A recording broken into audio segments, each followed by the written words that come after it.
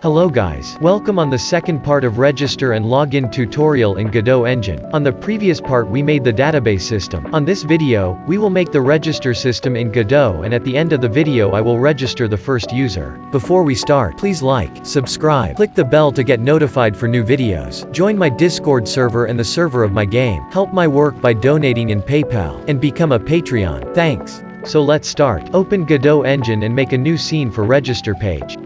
2,000 years later. I designed it on my own. Initialize a new script. Click on the submit button. Go to signals list and connect the signal named pressed into the script. Integrate the username box, the password box and the notification label into the script.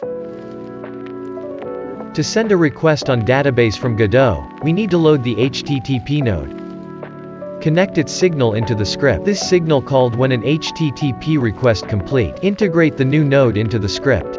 Once the submit button click, we send the request. Before you send this request, check if user typed a username and a password.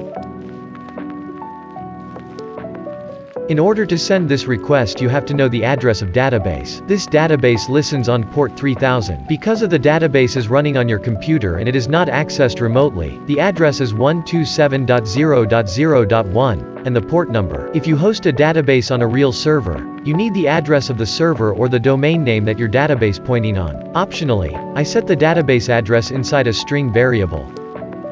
Initialize a dictionary variable for the payload and set inside it the username and the password that user typed.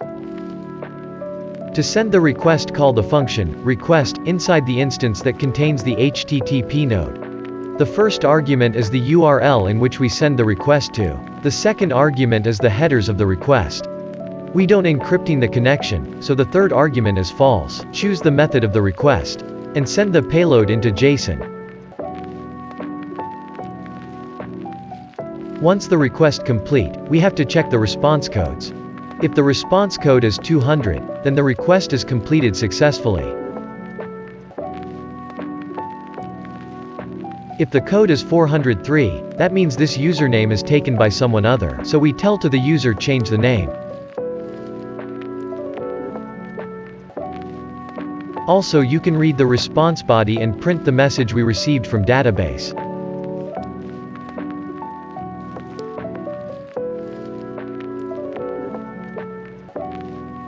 It's time to test the system.